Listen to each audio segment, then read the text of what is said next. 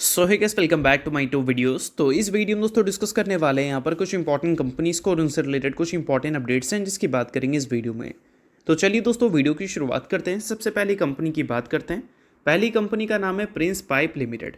But इसको discuss करने से पहले दोस्तों, अगर आपने अभी तक चैनल को सब्सक्राइब नहीं किया है तो चैनल को सब्सक्राइब करके बेल आइकन को प्रेस कर लो और टेलीग्राम चैनल को भी ज्वाइन कर लो, जिसका लिंक आपको डिस्क्रिप्शन में देखने को मिल जाएगा। और एक डिस्क्लेमर भी है, जो भी कंपनी से रिलेटेड न्यूज़ एंड अपडेट्स हम लोग कवर करेंगे वो सारी न्यूज़ एंड अपडेट सिर्फ और सिर्फ एजुकेशन पर्पस के लिए है, सीखने के लिए है।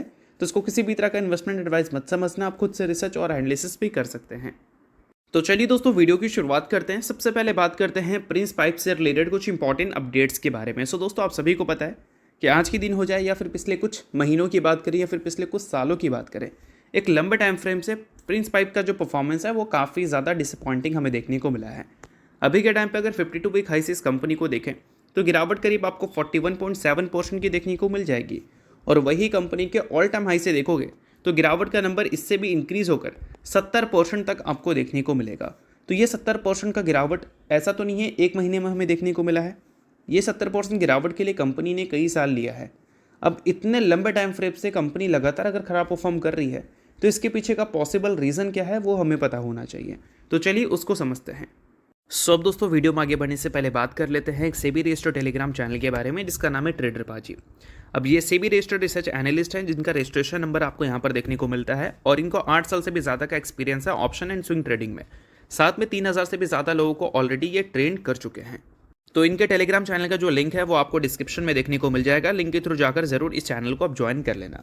ज्वाइन करने का सबसे बड़ा प्लस पॉइंट ये है कि काफ़ी सारी कंपनी के टेक्निकल्स को प्रॉपर एनालिसिस कर यहाँ अपडेट किया जाता है, जो कि अभी आपको यूट्यूब पे तो देखने को नहीं मिलता, जिसको आप यहाँ पर आकर ज़रूर चेकआउट कर सकते हैं।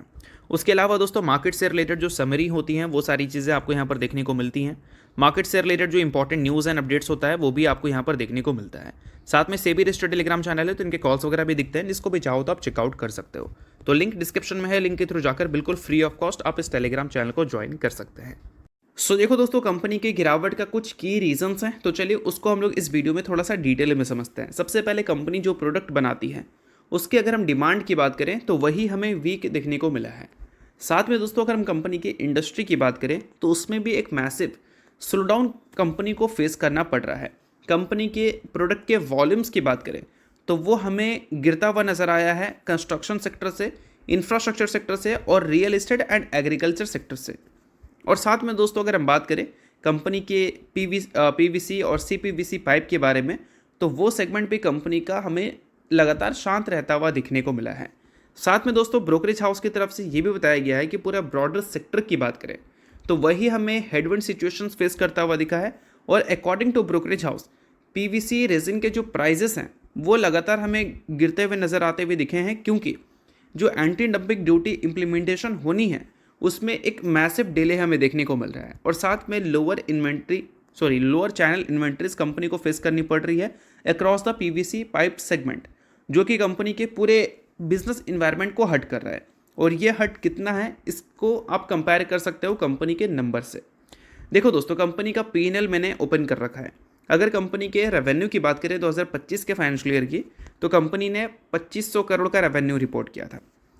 पिछले 4 क्वार्टर की बात करें तो रेवेन्यू लगभग 2400-2500 करोड़ के आसपास देखने को मिलेगा। 25 के फाइनेंशियल ईयर में कंपनी ने जो प्रॉफिट रिपोर्ट किया था वो कितना था, 43 करोड़।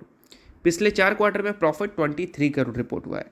और ये नंबर को अब इस नंबर से कंपैरिजन करो, पहले कंपनी ने 249 करोड़ का प्रॉफिट पूरे साल में किया था, अब कंपनी प्रॉफिट कर रही है डबल डिजिट में, जो कि पहले ट्रिपल डिजिट में था।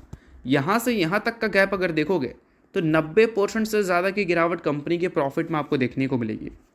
और पिछले 5 साल के प्रॉफिट ग्रोथ CAGR की बात करें तो वो नेगेटिव है, 3 साल का देखोगे तो वो भी नेगेटिव है, 1 साल की बात करें तो वो भी नेगेटिव है।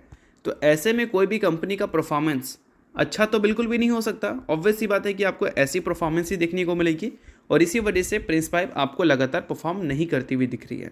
तो ये सारी चीज़ों का सॉल्यूशन क्या है? सॉल्यूशन ये है कि अगर ये जिस सेक्टर में काम करती है वो सेक्टर अगर थोड़ा बेटर परफॉर्म करे, जो हेडविंड सिचुएशन है वो टेलविंड सिचुएशन में कन्वर्ट हो, तो फिर कंपनी से हम एक बिजनेस में रिकवरी उम्मीद करेंगे। बट वो अगर नहीं होगा तो ऑब्वियस सी बात है कि कंपनी ऐसे ही नंबर्स रिपोर्ट करेगी और नंबर्स किसी को नीचे जाता हुआ देखना पसंद नहीं होता है, ये आपको पता होना चाहिए। और ये सारी चीज़ें आपको क्लियर रखना है। और आई होप आपको गिरावट का कंप्लीट रीज़न समझ आ गया होगा, बट चीज़ें सिर्फ एजुकेशन पर्पज़ के लिए ये भी मैं आपको क्लियर कर दे रहा हूँ। तो चलिए अब बात करते हैं अगली कंपनी के बारे में दोस्तों। अगली कंपनी का नाम है CAMS Computer Age Management Services Limited. Recently company ने 1:5 के रेशो में स्प्लिट अनाउंसमेंट किया था, जिसमें कंपनी ने एक शेयर के बदले 5 इक्विटी शेयर देने का फैसला किया था। रिकॉर्ड डेट 5 दिसंबर का है, यानी कि कल के दिन का। तो कल के दिन कंपनी में आपको टेक्निकल एडजस्टमेंट देखने को मिलेगा, जो कि अगर परसेंटेज में देखें तो 75% का होगा, यानी कि 75% कल कंपनी आपको नीचे देखने को मिलेगी। तो ये 75% गिरावट नहीं है, ये टेक्निकल एडजस्टमेंट है। जिस रेशो में कंपनी देती है स्प्लिट या बोनस, उस हिसाब से अगर 1:2 होता तो 50% एडजस्ट होती, 1:10 होता तो 90% एडजस्ट होती, तो 5 है तो 75% कंपनी आपको एडजस्ट होती हुई दिखेगी। तो अगर आप कैम्स के इन्वेस्टर हैं तो इस चीज़ को ध्यान में रखना, पैनिक मत करना। नंबर ऑफ शेयर्स जितने हैं आपके पास उसको 5 से मल्टीप्लाई कर दो। जैसे ही वो शेयर्स आपके डीमैट अकाउंट में क्रेडिट होंगे, आपके जो इन्वेस्टमेंट में गिरावट दिखेगी 75% का, वो बैक टू नॉर्मल हो जाएगा। तो ये सारी चीज़ें क्लियर रखो। तो अब बात करते हैं अगली कंपनी के बारे में। तो अगली कंपनी का नाम है दोस्तों वारी रिन्यूएबल टेक्नोलॉजीज लिमिटेड। बट इसको डिस्कस करने से पहले अगर आपने अभी तक सेबी रजिस्टर्ड टेलीग्राम चैनल को ज्वाइन नहीं किया है तो उसको जाकर आप ज्वाइन कर लो, लिंक आपको डिस्क्रिप्शन में देखने को मिल जाएगा। काफ़ी कुछ न्यूज़ एंड अपडेट्स आपको वहाँ पर देखने को मिलती है, कंपनी से रिलेटेड, इंडस्ट्री से रिलेटेड, कंपनी के टेक्निकल्स को प्रॉपर एनालिसिस कर अपडेट किया जाता है। उसके अलावा सेबी रजिस्टर्ड टेलीग्राम चैनल है, तो इनके कॉल्स वगैरह भी दिखते हैं, जिसको भी चाहो तो आप चेकआउट कर सकते हो। तो लिंक आपको डिस्क्रिप्शन में दिख जाएगा, लिंक के थ्रू जाकर बिल्कुल फ्री ऑफ कॉस्ट आप इस टेलीग्राम चैनल को ज्वाइन कर सकते हैं। अब दोस्तों बात करते हैं वारी रिन्यूएबल के बारे में। वारी रिन्यूएबल को अगर आप देखोगे तो रिसेंटली कंपनी से रिलेटेड कई सारी खबर हमें देखने को मिली है। अक्टूबर के महीने में अगर कंपनी के कुछ कैपेक्स की बात करें तो हमें न्यू IPP मोड के थ्रू कंपनी एक सोलर पावर प्लांट सेटअप करती हुई दिख रही है, जो कि बोल सकते हैं 28 मेगावाट का है। और उसके अलावा कंपनी 37.5 मेगावाट का एक न्यू फैसिलिटीज़ आपको सेटअप करती हुई देखने को मिलेगी बीकानेर, राजस्थान में। कंपनी के 2025 के फाइनेंशियल ईयर के एनुअल रिपोर्ट के हिसाब से अभी के टाइम पे कंपनी का जो टोटल अनएग्जीक्यूटेड ऑर्डर बुक है वो लगभग 3263 मेगावाट का है। 3.2 गीगावाट आप रफली ऐसे बोल सकते हैं। इसके एग्जीक्यूटेड टाइमलाइन 12 से 15 महीनों का है और 1 मेगावाट के एग्जीक्यूशन पे कंपनी को 1 करोड़ के आसपास का रेवेन्यू मिलता है। इतना अगर एग्जीक्यूट कंपनी कर लेती है तो 3500 से लेकर 4000 करोड़ के आसपास का रेवेन्यू कंपनी को मिल सकता है, जिसमें 2.3 गीगावाट की जो ऑर्डर बुक है वो रिन्यूएबल एनर्जी की तरफ से हमें देखने को मिलती है। 2.32 का जो बोल सकते हैं गीगावाट की ऑर्डर है, ये ऑर्डर नहीं है, ये बेसिकली क्या है कि कंपनी ने कमीशन कर दिया है रिन्यूएबल एनर्जी प्रोजेक्ट में। बाकी उसके अलावा जो है वो 3.2 गीगावाट का है, जिसके बारे में भी हमने बात किया।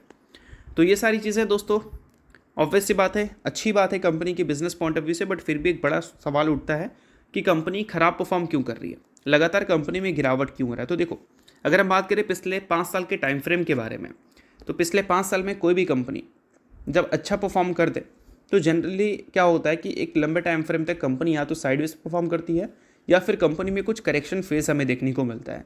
और वो चीज़ अभी वारी रिन्यूएबल आपको फेस करती हुई दिखी है, और उम्मीद करो कि इस पीरियड में कंपनी की जो अर्निंग्स हैं वो आपको ख़राब होते हुए देखने को ना मिले।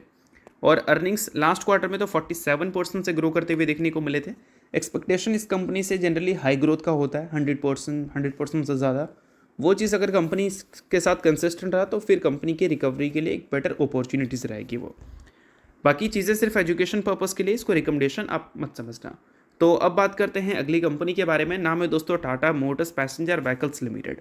दोस्तों अगर हम टाटा मोटर्स की बात करें तो इस कंपनी से रिलेटेड एक न्यूज़ हमें देखने को मिला है। न्यूज़ ये है कि टाटा मोटर्स की जो कार है नेक्सॉन, वो बोल सकते हैं नवंबर के महीने में सबसे बेस्ट सेलर का अवार्ड फिर से लेती हुई नज़र आ रही है, जिसमें उन्होंने सभी कंपनी को पीछे कर दिया है, चाहे हम बात करें मारुति सुजुकी की, हुंडई की, महिंद्रा की या फिर किसी बाकी कंपनी की कार्स की।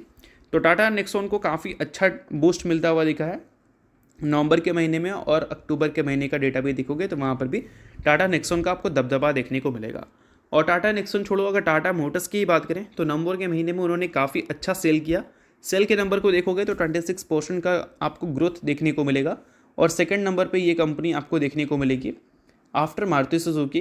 पहले कंपनी का जो स्पॉट था सेकंड नंबर का वो छिन गया था, बट अब कंपनी ने उसको वापस से रीगेन कर लिया है।